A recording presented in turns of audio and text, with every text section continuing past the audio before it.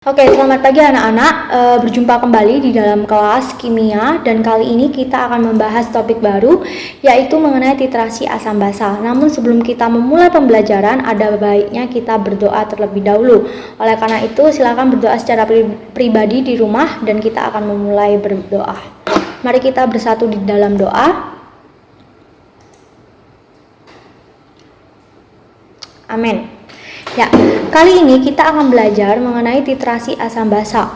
Ya, Ibu akan mengkhususkan hari ini bagaimana sih kita mengerti tentang titrasi asam basa itu apa, lalu bagaimana kita membaca grafik dan bagaimana kita menghitung suatu larutan yang dicampur dengan larutan lain. Oke, kita ikuti video ini sampai selesai ya.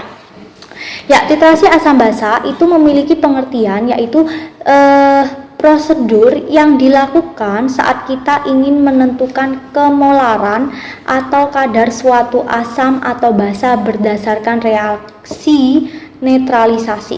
Ada yang bertanya, apa sih itu reaksi netralisasi? Jadi reaksi netralisasi ini adalah ketika larutan asam kita reaksikan dengan larutan basa. Kemudian larutan ini menjadi satu kesatuan sehingga kondisi asam dan basah ini bercampur dan menjadi netral. Nah, itulah yang disebut dengan reaksi netralisasi dan kalian akan membahas atau mendalami ini dengan lebih lanjut di materi ini ya. Oke, jadi nanti di dalam materi titrasi asam basa akan ada larutan asam dan larutan basa yang kita campurkan. Kemudian kita akan mencari tahu berapa besar molarnya ya. Oke, di sini Ibu akan membahas mengenai istilah pada bab ini. Saya memberi waktu 2 atau 3 menit untuk kalian membaca secara pribadi istilah pada bab ini yang dimungkinkan akan keluar dan bisa jadi akan Ibu tanyakan di dalam kelas. Silahkan dilihat dan dicatat ya.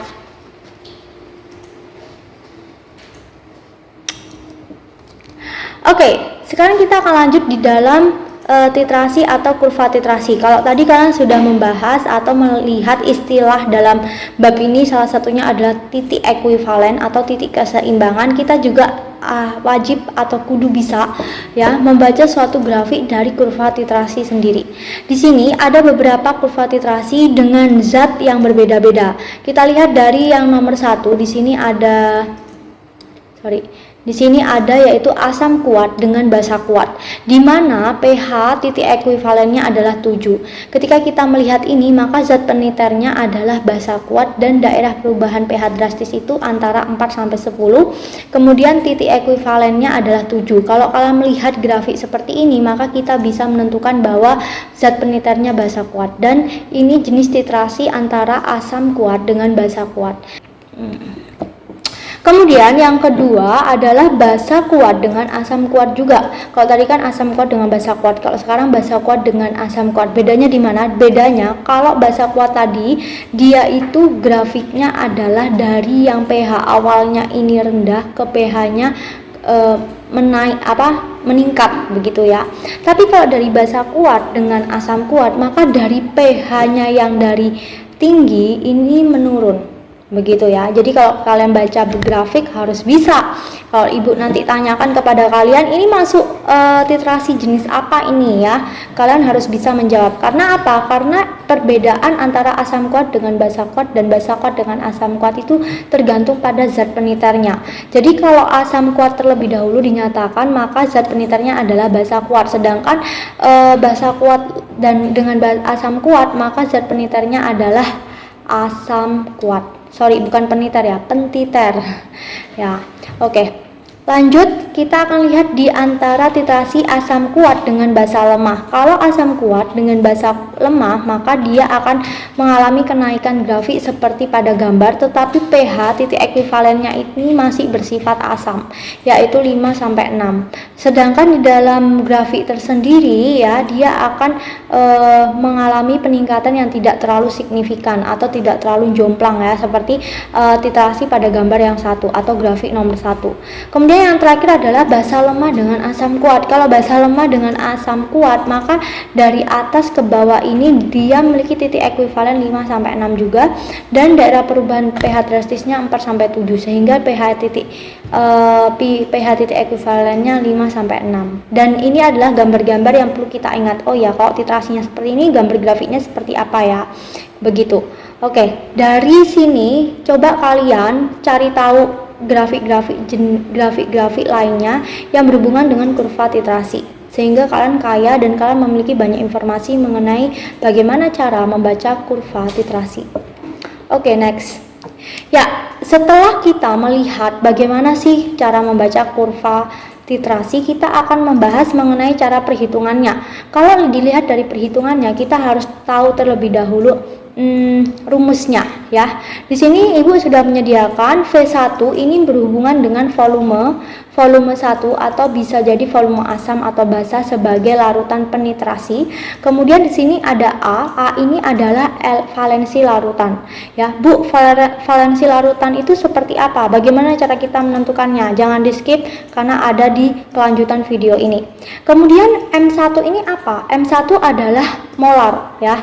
Molaritas atau konsentrasi larutan. Kalau masih M1 maka ini adalah konsentrasi larutan penetrasi. Kemudian nanti disamadengankan dengan V2 karena ini jenis netralisasi ya.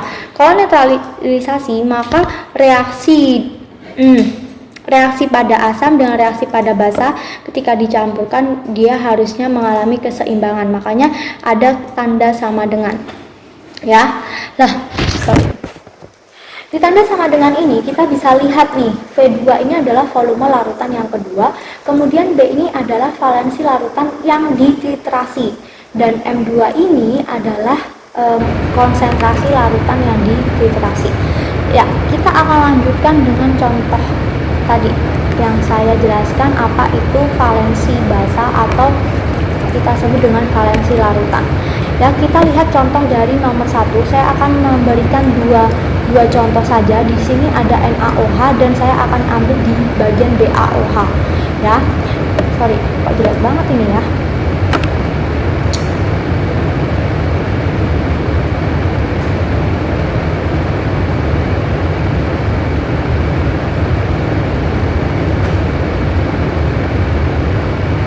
Ya, di bagian sini ada NaOH dan ada BaOH. Bagaimana sih cara saya mencari valensi basa dari NaOH dan valensi basa dari BaOH? Caranya kalian harus memahami dulu yaitu reaksi ionisasi. Di sini Ibu sudah bagikan ke kalian suatu tabel.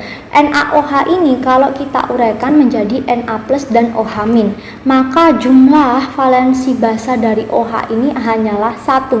Maka jumlah 1 ini nanti yang akan dimasukkan ke dalam rumus tersebut ya. Contoh lagi BaOH. BaOH 2 kali ya. Ada Ba2+ dan OH-. Karena OH-nya itu ada 2 maka dia supaya setara ya antara yang di sebelum tanda panah dengan yang sesudah, maka di depannya OH harus ada 2. Ingat dihitung, ini BA-nya ada berapa? 1. Ya, di sini 1. Kemudian OH di sebelah kiri ada berapa? 2. Maka di sebelah kanan juga wajib ada 2, begitu ya. Nah, setelah itu kita lihat ada Ba2+ ditambah 2 OH-. Untuk menghitung valensi basah dari OH- atau basah ini, maka kita lihat depannya ini, oh ada 2 ini dikalikan ini, oh 2 ini, berarti jawabannya adalah 2. Nanti kalau ada soal yang berkaitan dengan BaOH2 maka valensi larutan atau basahnya itu berjumlah 2. Oke, paham ya sampai sini? Kita akan next ke larutan yang selanjutnya yaitu bagian dimana ini adalah asam. Contoh lagi yaitu H2SO4 ya. Saya kasih satu soal saja di sini. H2SO4 ini terbentuk dari H+ dan SO4 2-. Supaya hanya ini jumlahnya sama dengan yang sebelum direaksi, maka kita hitung. Di sini SO4 2- ada berapa? Ada 1 ya. Ya, ada 1 di sini. Kalau H-nya ada berapa? Di sebelah kiri ada 2, maka di sebelah kanan juga wajib ada 2. Maka tambahkan angka 2 di depannya H. Nah, untuk melihat valensinya ternyata jumlah H+ ini valensi larutan H plus ini ada 2. Maka nanti 2 inilah yang akan kalian masukkan ke dalam rumus. Begitu ya. Kita langsung cek di dalam rumusnya. Ya, di dalam rumusnya ini ada 10 ml HCl yang tidak diketahui konsentrasinya dititrasikan oleh larutan NaOH 0,1 m. Pada titik akhir titrasi ternyata rata-rata volumenya adalah NaOH 0,1 m yang digunakan adalah 12,52 ml. Hitung konsentrasi larutan HCl yang dititrasi. Jadi di sini V1 dikali dengan AM1 sama dengan V2 dikali AN2. Oke. Dilihat di papan layar kita ya. V1 di sini berapa sih volumenya?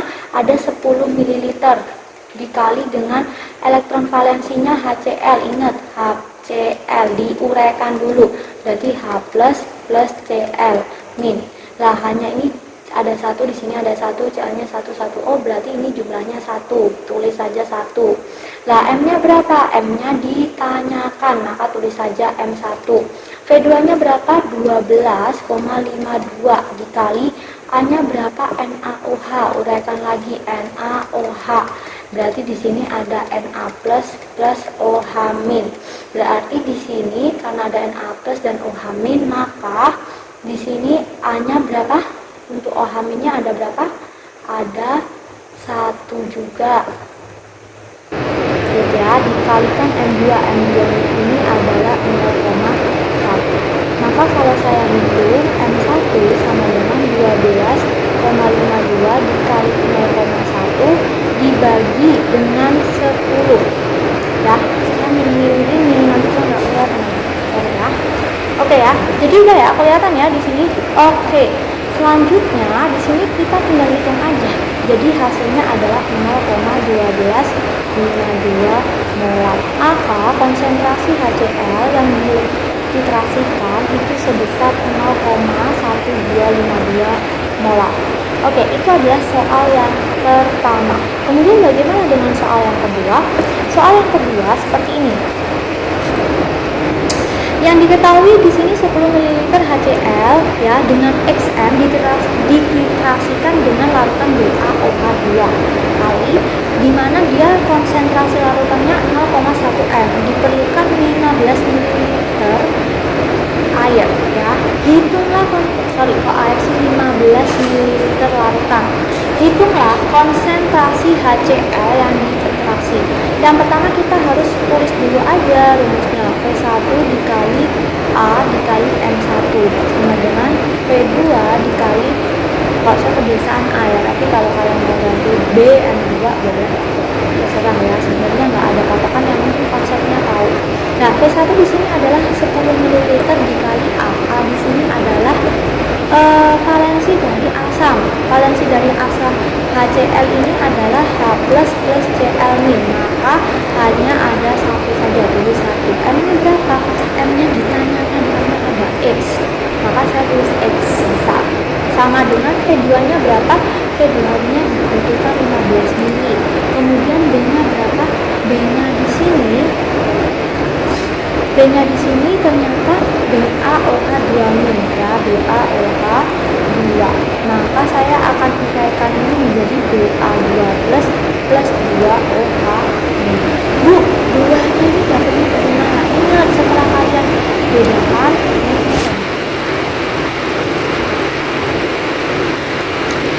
kalian bedakan ya, BaOH min ini BaO2OH2 ini kalian harus uraikan menjadi Ba2 dan OH min. Supaya kanan dan kiri sama, maka kalian harus hitung keseimbangannya ya. BA-nya di sini 1 ya, di sini ada 1. OH-nya di kiri ini ada 2, maka di kiri juga ada 2. Supaya sama-sama 2, maka koefisien di depannya ini juga wajib ada 2. Gitu caranya ya. Jadi jangan bingung ya. Dari tabel yang tadi saya jelaskan, silakan kalian pelajari. Di sini berarti ada 2 dikalikan M2. M2-nya ada 0,1. Hitung saja, X sama dengan 15 kali 2, 30 dikali 0,1 maka 3 dibagi 10. ya kan?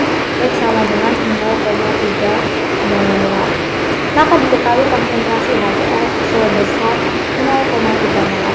Gampang sekali kan cara menghitung titrasi asam basa, bahkan kita sudah tahu tadi pengertiannya, kemudian bagaimana cara kita melihat istilah-istilah di dalam materi ini, dan kita juga mempelajari bagaimana cara membaca kurva, dan selanjutnya kita mempelajari bagaimana cara menentukan valensi larutan, bukan elektron valensi ya, elektron valensi di kelas 10 kemarin, valensi larutan. Kemudian kita juga sudah mempelajari bagaimana caranya menghitung suatu larutan asam dengan basa yang direaksikan.